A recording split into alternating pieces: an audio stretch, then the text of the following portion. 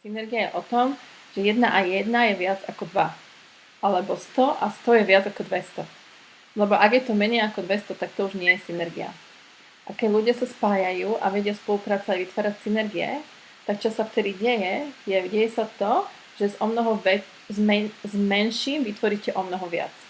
Takže na to, aby ste vytvorili 500, nepotrebujete 500, ale stačí vám 200, ktoré je pospávané správnym spôsobom, aby sa vytvoril o mnoho viac.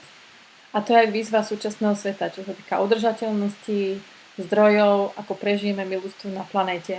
A tá odpoveď je naozaj v spolupráci, vo vzájomnosti a vo vytváraní synergii.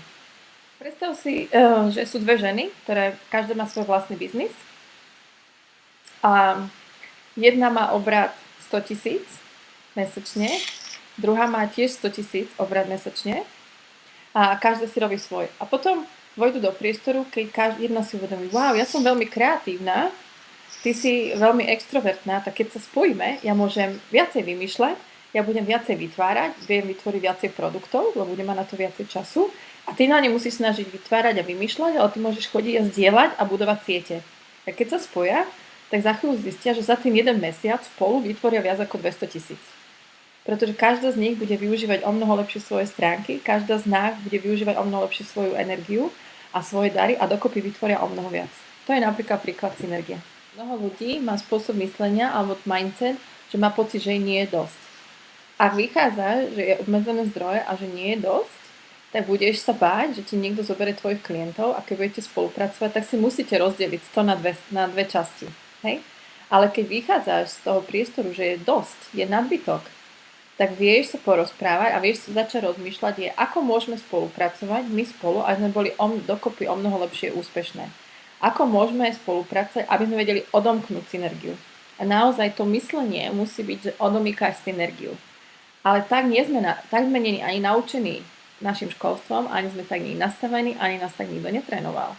Ja osobne nepoznám, že by v škole mňa trénovali, alebo môj vzdelávací systém, aby som si uvedomila, akú ja mám hodnotu ako človek, čo je môj prirodzený dar, ako mám sa spájať s ostatnými, ktorí vedia, aké sú ich prirodzené dary, aké sú ich talenty a ako budeme odomýkať synergiu. To nie je súčasťou štandardného vzdelávania v škole, ale to je naozaj to, čo napríklad vytvárame v GIFU. A keď sa pozriem na ženy, ktorými sme pracovali tento rok na Slovensku a v Čechách, tak je to úžasné, lebo to je to, čo ženy oslobodzuje. Keď si upovedia, wow, ja mám 50 rokov a konečne vidím, že to, čo som si nikdy nevážila, lebo som mala pocit, že som to dostala zadarmo, alebo mi to bolo tak prirodzené, že sa na tým nikdy nerozmýšľala, je naozaj hodnotné. A častokrát to, čo dostaneme do vienka, ten náš dar si nevážime, nedávame mu cenu, pretože nám ide veľmi ľahko.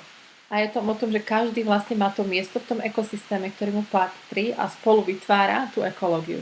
Tak ako je to napríklad v prírode, tak ako je to v pralese. Je to ekosystém, ale vychádzaš z priestoru, že je tam toho dosť. Nie, že je málo. A keď sa bojíme, že nebudeme mať dosť, tak sa budeme snažiť si zobrať čo najviac a držať si to pre seba. Ale vtedy veci netečú. Ale keď viete, ako vytvárate energiu, ako vytvárate hodnotu, ako spolupracujete s ostatnými a vytvárate synergie, ktoré vám budú veci stále tiesť. Tak ja by som vás veľmi aby ste si možno tak premysleli, aký je 5 až 10 dôležitých žien vo vašom živote.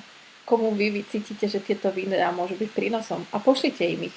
A potom si dajte telefonát alebo sa stretnite a pozdieľajte, čo sa otvorilo im, čo urobili oni na základe týchto videí, ako sa môžete posunúť vy a oni dokopy a možno uvidíte tam niečo, čo môžete začať robiť spolu, čo ste predtým nevideli. Takže urobte tú akciu, rozpošlite im to, lebo tým im aj vyjadrite, že im na vás záleží a sú pre vás dôležité.